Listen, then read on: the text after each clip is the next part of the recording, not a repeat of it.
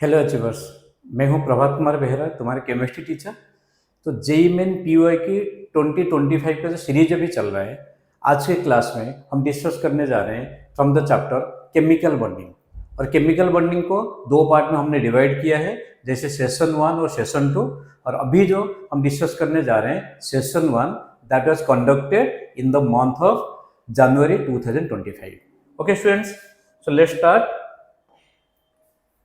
First question, the number of molecules और ions, जो भी इसमें दिया गया, this is numerical type that shows linear geometry among the following.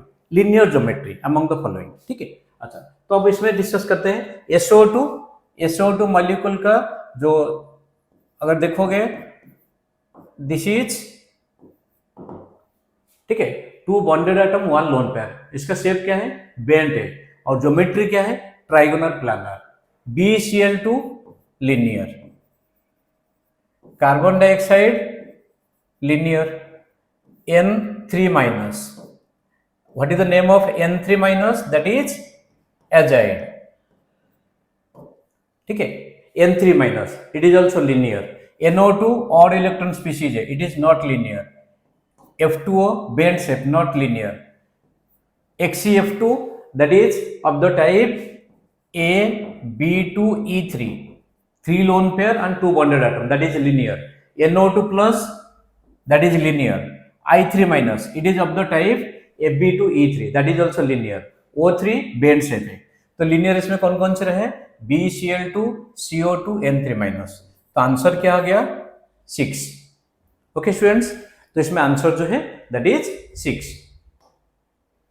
अब next question, arrange the following compounds in increasing order of their dipole moment.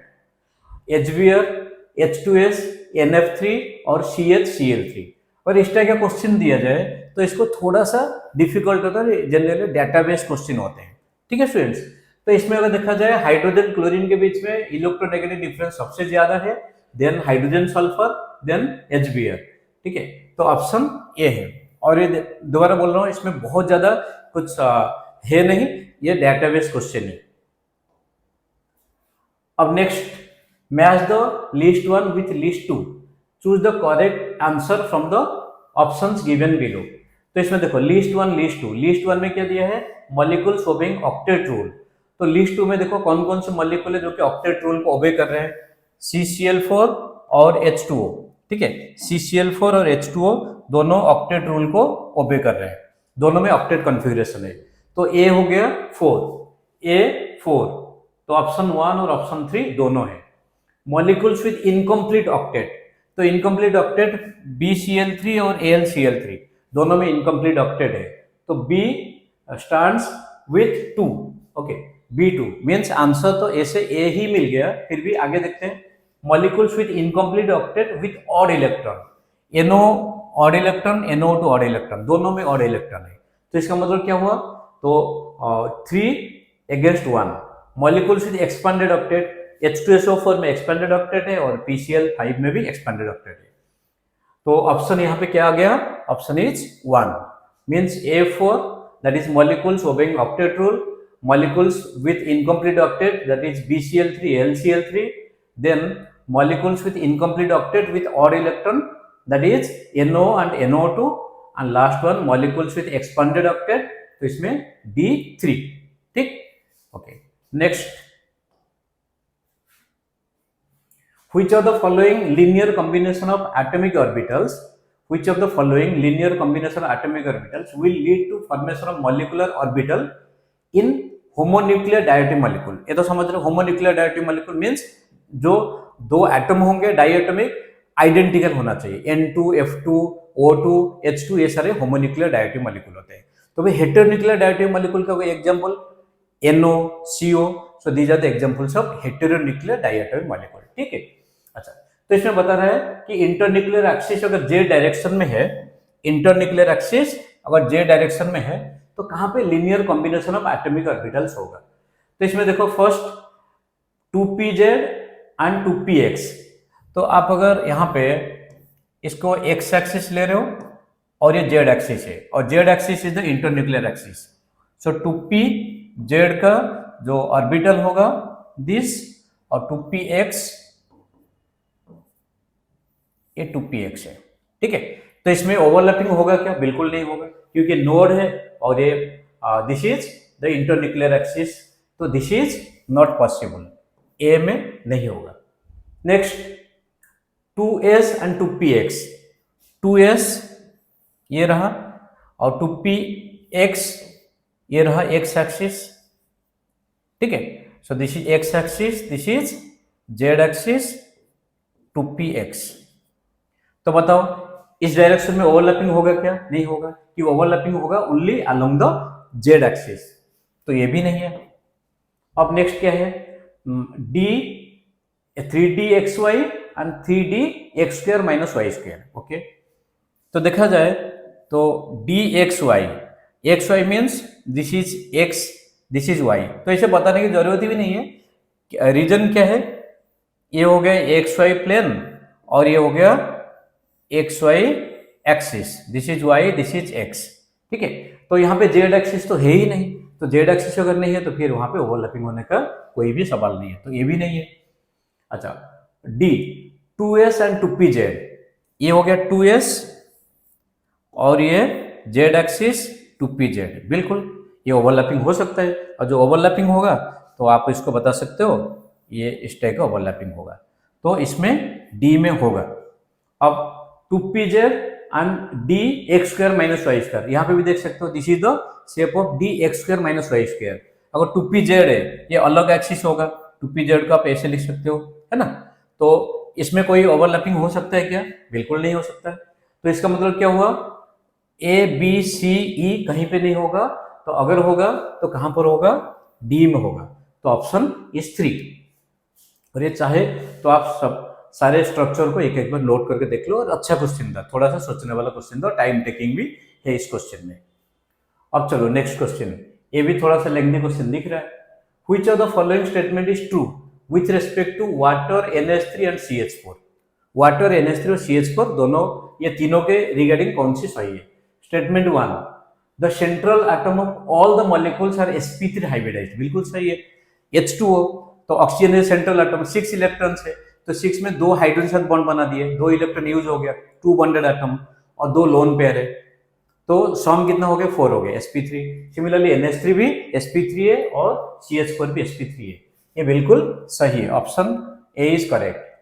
The hydrogen oxygen hydrogen, hydrogen nitrogen hydrogen, hydrogen carbon hydrogen bond angles in the above molecules are 104.5 degree, ये 107 और 107.5 degree, और this is the regular tetrahedral bond angle, और tetrahedral bond angle that is 109 degree 28 minute और 109.5 degree, बिल्कुल ये भी सही है।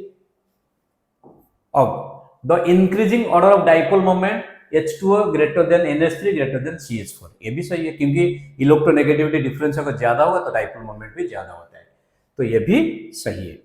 अब both water and NH3 are Lewis acids, Lewis acid क्या होता है? जिनके पास वैकेंट ऑर्बिटल होते हैं या कैटायनिक स्पीशीज होता है या इनकम्प्लीट ऑक्टेट होता है, ठीक है।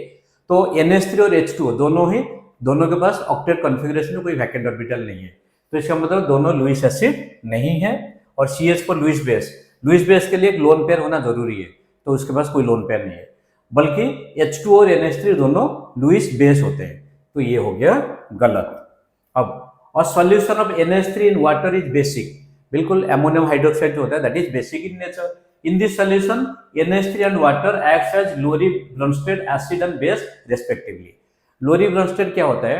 लोरी ब्रोंस्टेड मीन्स जो एसिड है दैट रिलीजेस H+ आयन, और जो बेस है दैट एक्सेप्ट H+ आयन, इसमें इस टाइप का होता नहीं है, तो इसका मतलब क्या हुआ?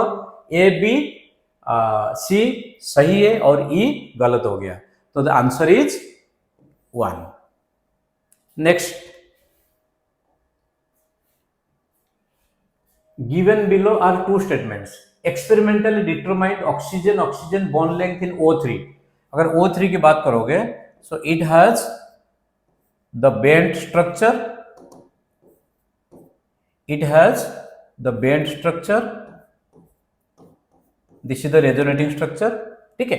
अच्छा, तो अगर जहां पे रेजोनेंस होता है, ये पता है जहां पर रेजोनेंस होता है वहां पे बॉन्ड लेंथ जो होगा, बॉन्ड लेंथ दोनों एवरेज होता है, दोनों बॉन्ड लेंथ आइडेंटिकल होता है, दोनों बॉन्ड लेंथ बराबर होते हैं, ठीक है। तो इसमें दोनों बॉन्ड लेंथ बराबर होगा।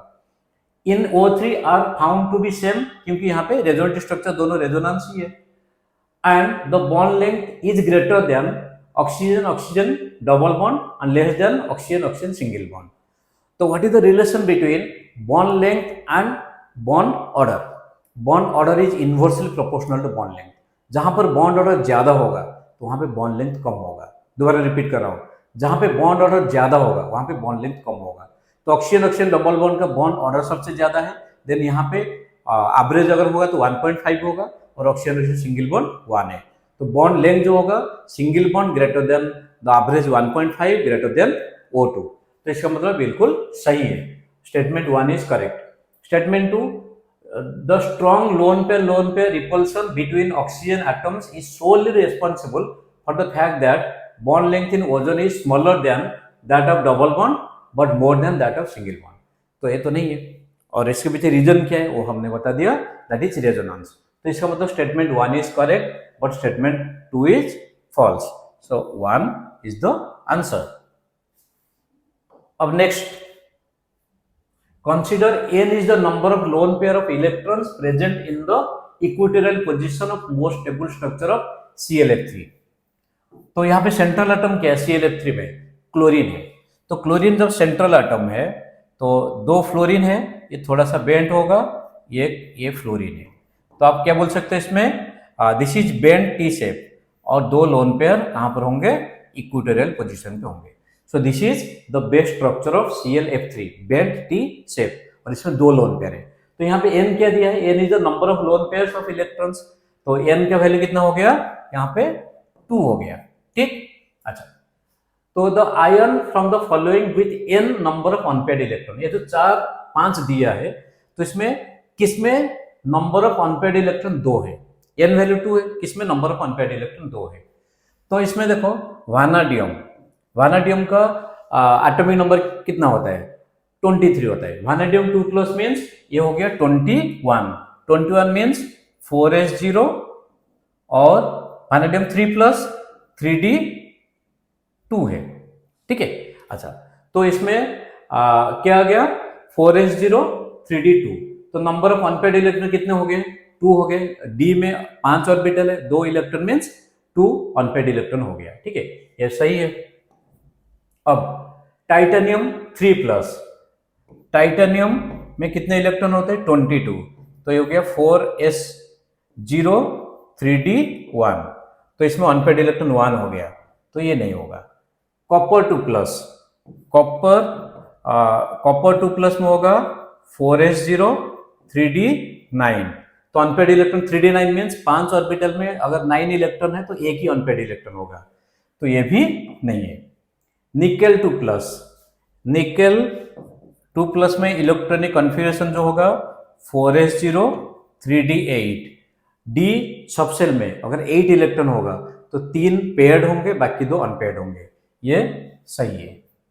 अब टाइटेनियम 2+, यहाँ पे 1+ में 3+ में कितना था? 3d1 था। तो टाइटेनियम 2+ अगर होगा तो 3d2 होगा, तो ये सही है। तो इसका मतलब जो आंसर है that is ADE only, option 2।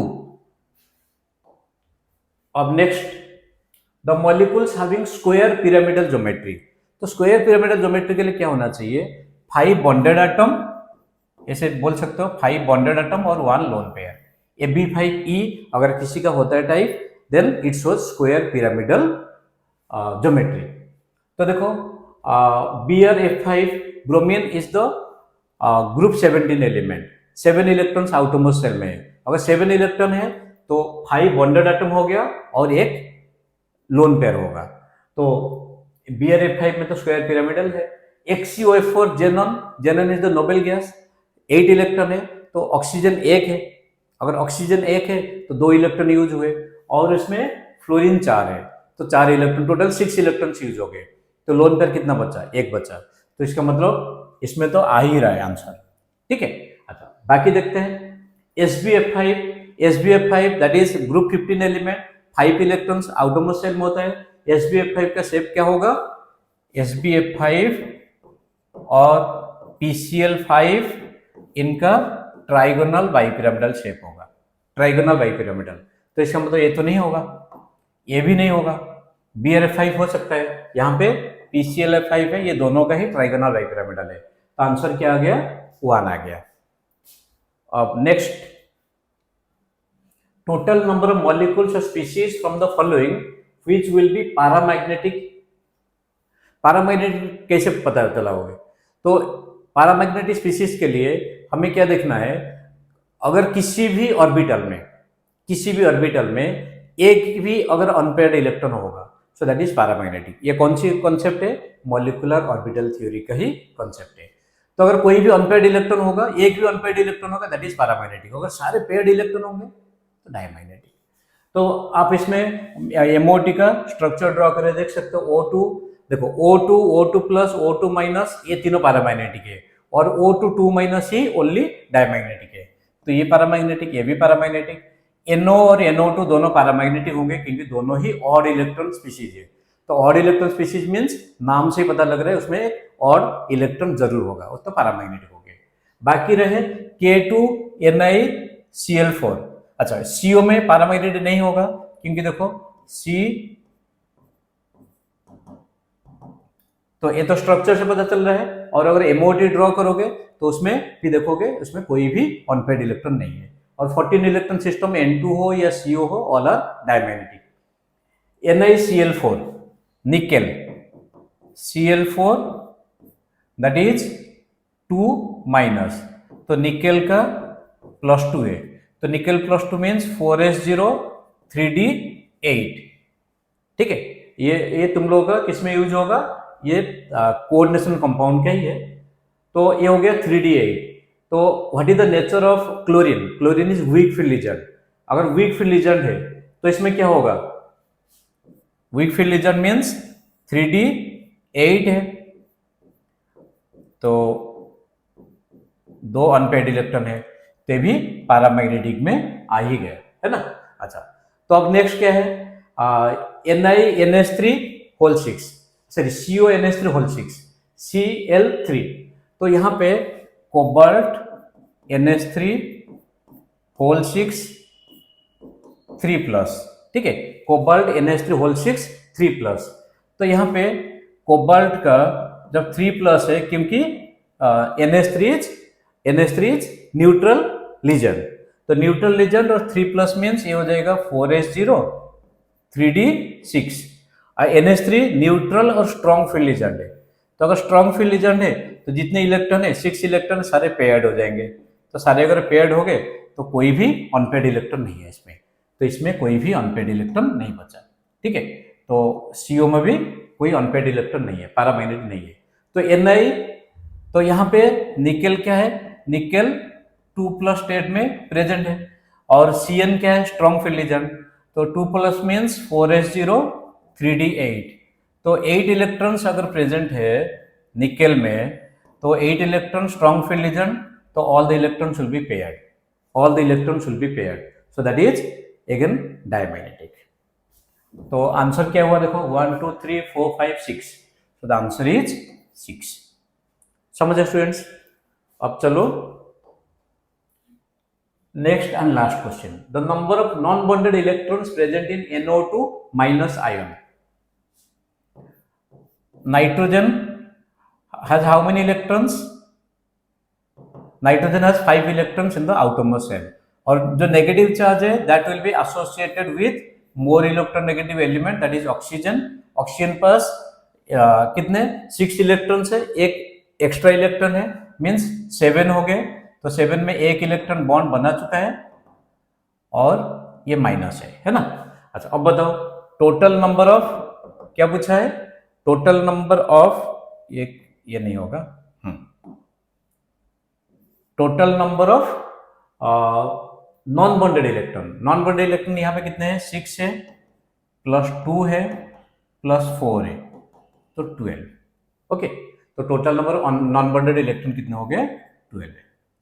So with this, the questions which were asked from the chemical bonding chapter in session 1 that was conducted in the month of January 2025. So we have discussed all 10 questions. Keep watching Prabhat Chemistry YouTube channel and wait for the next one. So that is session 2 chemical bonding, that will be uploaded soon. God bless you.